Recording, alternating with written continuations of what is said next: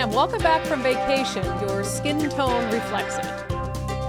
Lot of golf. We had the club championship last week, and we didn't do. Our team didn't do too well. I played well, but yeah, 3 days out of the office playing golf. Hey, did you see the video I tagged you in of me playing golf?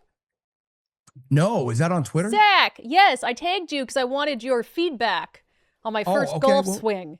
So you will look at it. I want some feedback. I'm sure you're going to be thoroughly impressed. Yeah, I will give you the evaluation process. Okay. And then I'll even bring a diagram. We could do it on the show. I'm sure your listeners would love to see a 15 to 20 minute swing breakdown. Sure. Of your golf swing. I feel like once you see it, you're no longer going to want me as a client. You're going to be like, someone else can manage your money. I'm embarrassed. I don't want anything to do with it. No. Golf is one of those universal things where people always feel stupid when they start because they forget that we all started from the same spot. Yeah. But to get good at golf, you have to look like a fool for a while. True. Like it's the way it works. Oh, all right. We're going to get to more on, actually, really quick. Sorry, I just haven't seen you. I have things to catch up on. Yeah. I loved seeing you in pictures at the turn-in for the income tax repeal.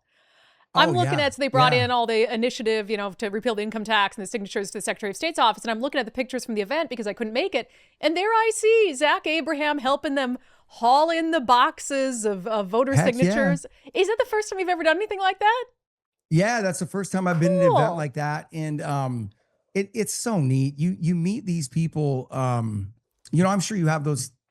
We're just doing what we do, doing our job every day. Yeah.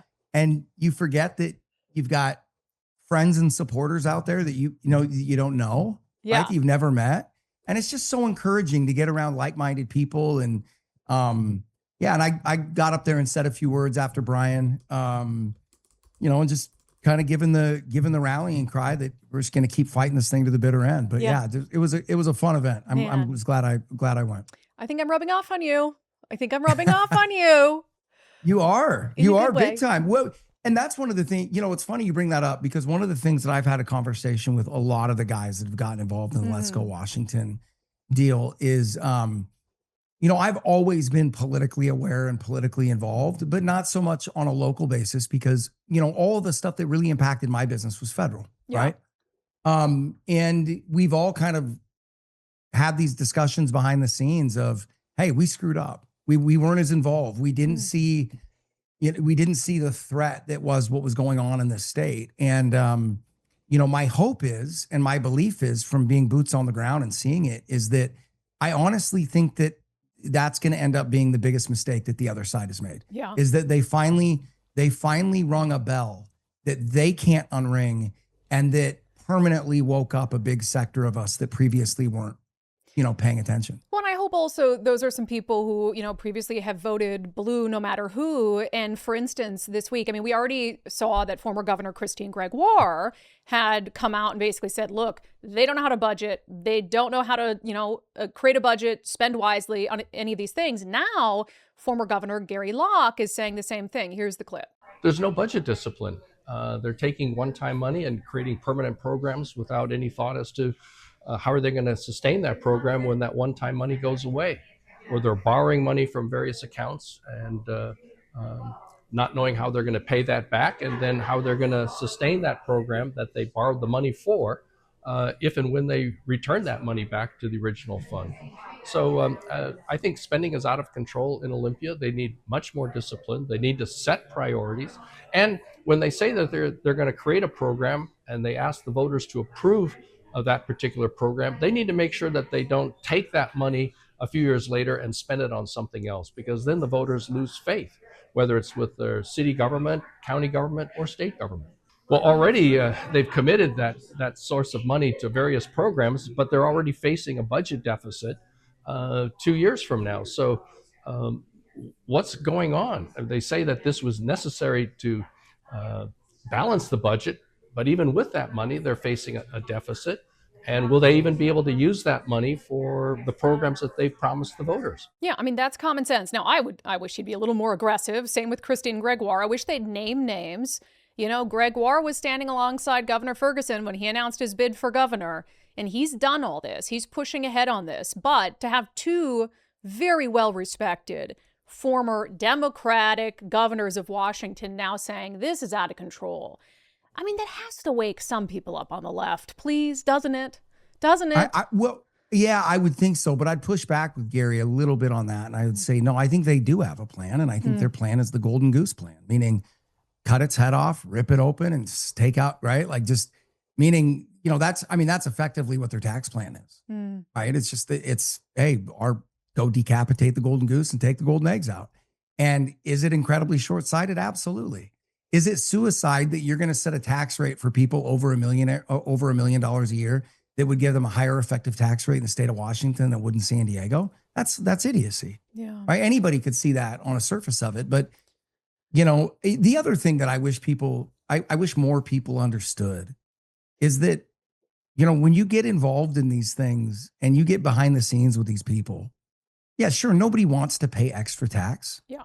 But if you look at the money that some of us are putting into it and the time that we're spending and the energy this is a principled battle to us. This is not about money. It really isn't, right? It really, and I wish people understood that. You know, I hear them say all these things about a friend of ours, Brian Haywood, where you go, you are so mischaracterizing this guy. It's not even fair. Yeah. It's insane. They don't know him, you know? And yes. No. Does he care about not having, he doesn't want to pay the income tax? Of course. No one wants to freaking pay the income tax. Oh, it's about the money. And yes, is that part of it? 100%. Nobody wants to give more money to the government, except one example, which I'll play for you momentarily. But that's such a stupid argument because nobody wants to do that. No sane person wants to do that. You know, and I would just break it down, like and people, the evil rich guys, you know, people people that don't want to believe me won't believe me anyway. But I will just tell you that the biggest concern for us, guys like me, guys like Brian, behind the scenes is you don't understand what you're doing if this passes. Yeah. If this passes and allowed to stay in play, there is effectively no rule of law in the state of Washington anymore because they're going to break precedent. They're going to violate a very clear line and principle that was put forth in our Constitution a long time ago that's already been defended multiple times in state where you've got 11 different votes from the populace that have backed it up. And so, like you and I have said from the beginning, you don't like that part of the Constitution, then amend it. You didn't do that. You're going about it illegally in every single way. So my biggest thing to people has been, guys, forget about, nobody wants to pay the tax and it's going to be devastating to business. But the scarier thing is, if you understand the way our legal system works and you understand the role that precedent plays, if this is allowed to go down, there is no rules. Yeah. Like there aren't any. Yeah. And the Constitution doesn't matter. You don't have to amend it if you don't like it. You know, they talk about making elections more fair. You know, when you look at the role that the SEIU plays in elections and how much more money they are spending, and people also need to realize that they look past it. The SEIU is paying those political contributions with your tax dollars. Yes. They're using them against us. Yeah. And you want to talk about campaign reform and illegal, you know, because all they want to talk about is Citizens United, right? And the impact that's had on corporate campaign, you know, funding and all that kind of stuff, which I've sat there and gone, you know, I've been convinced over time that I think we definitely need to look at Citizens United and there's a potential problem there. But when you're looking at me and telling me you think Citizens United's a problem and you don't think the SEIU is? Yeah. Like well, the SEIU isn't a corporation. Oh, great. So a corporation, right, takes some of the profit their employees make and they use them in political contributions. SEIU takes dues. What's the difference? There is no difference. One is socially acceptable in the media. Like the unions can throw, the teachers unions are spending 6 figures of, money that's just kickbacks from the government, from the Democrats, to keep boys and girls sports. 6 figures. And it's just outrageous. And I get so mad these days when there are still teachers who are a member of the union who are saying the union, you know, 50% of public school teachers in Washington should refuse to pay dues to the union, given that that's what their money is used for. It's just outrageous. Well, the ones that I still get cracked, and it just amazes me. You see these tropes just continued and people keep repeating them. oh, they want every single kid to have to take a physical. And you go, tell me you've never played high school sports without telling me never. I had to take a physical every year to qualify for high school sports. Like the lies surrounding all of this stuff are just incredible. And then watching news outlets like Como, like re-air it over and over. Oh, if we don't do this, all these kids are going to have to take physicals. And you go, they already do. Yeah. What are we talking about? Yeah.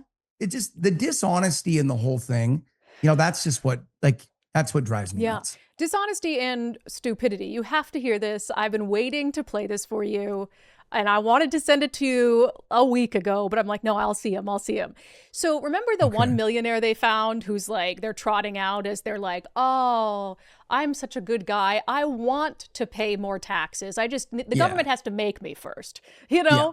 So he was out at the kickoff to oppose the initiative campaign. And I was sitting there, listen to this. So people were asking, the media was there asking like, what if a lot of tech people leave and all this stuff? Rich people are moving. There's a bunch of listings on the market. Honest to God, this is what this dude said. I think it's important to remember that even for us tech workers, making $1 million in regular income in a single year is often a pretty rarefied event, right? But lots of us tech workers want to buy houses much earlier in our career than we ever make that much money. And today in Seattle, your housing dollar goes literally twice as far as it goes in San Francisco. So if you want to think about this talking point about $3 million houses are selling because rich people are leaving. Now, if somebody buys them, that means another rich person's moving in. But let's go with the nightmare scenario. Like the price drops. So now in Seattle, you can get what would cost you $6 million in San Francisco for $2 million. You want to talk about tech recruiting? Buckle up. Zach, he is celebrating the possibility that home prices could be cut in half, that home values could be cut in half, like a Detroit-esque housing market crash. This guy's like, wouldn't that be great? We can all buy mansions for pennies on the dollar. Well, yeah. And that's their right mind. Yeah, and Seattle's no different than San Francisco. The other thing I'd like to tell them is, hey, bud, San Francisco's getting an exodus of people too. Yes. Right? Yes. Like, and this is across the political divide. Whether we're talking about the guys from Zillow, whether you're talking about Howard Schultz, go on down the list, right? What are they going to tell you? They're not making it up. It's devastating. And you don't have California's coastline. You don't have 280, 300 days of summer.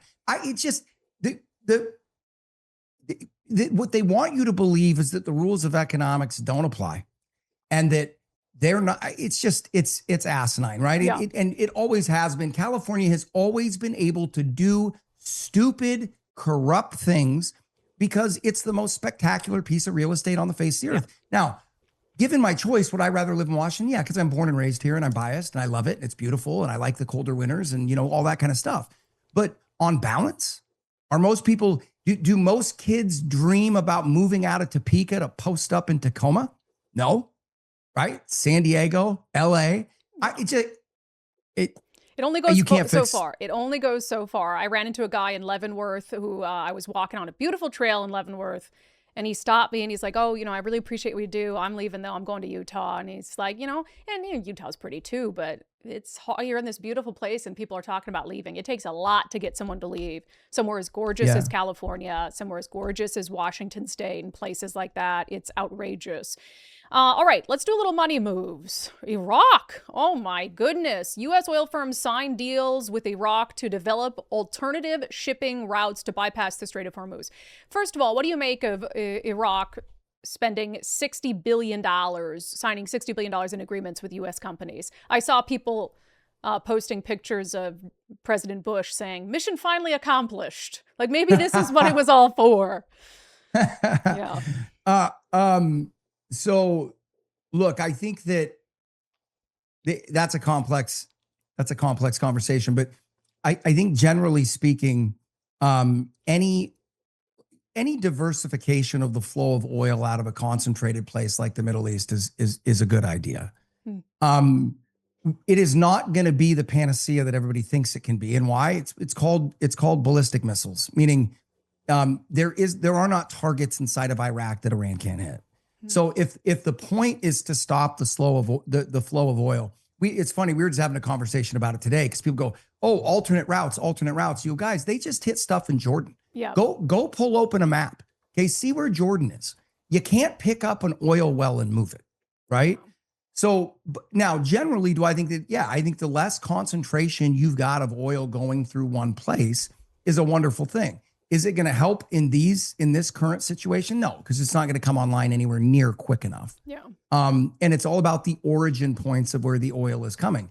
And, I will say that when we were handicapping this whole issue from the start, we have not been correct as of yet about where the price of oil was going. If you would have told me that we were here, if we went back 4 months ago and you told me we were still here now, I would think that the price of oil was well over $120 a barrel. Yeah. That being said, I still think it can absolutely get there. And I think that, you're about ready to see next year our SPR reserves drop under 300 million barrels for the first time in history, which kind of puts us in a theoretical range because we don't really know how much more we can extract. As the level in the SPR goes down, you've got less pressure, less flow. Yep. We've already seen a reduction in flows. Strategic petroleum reserves. I just want. Yep. And so this is the situation in the Middle East, contrary to the way the media seems to be handling it, it's getting stickier by the day. Because now you've got the Houthis threatening, Iran via the Houthis threatening to shut down the Red Sea. If you shut down the Red Sea, you're taking somewhere from another 4 to 8 million barrels offline. And like I said, SPR reserves, you can't just keep pulling them forever and ever. So I think generally speaking, like I said, the more diversification and the more pipelines and it's probably never a good idea to have 20 to 22% of global oil flow going through one strait, right? So the more you diversify that's better. Is it going to help us in this current situation? No. I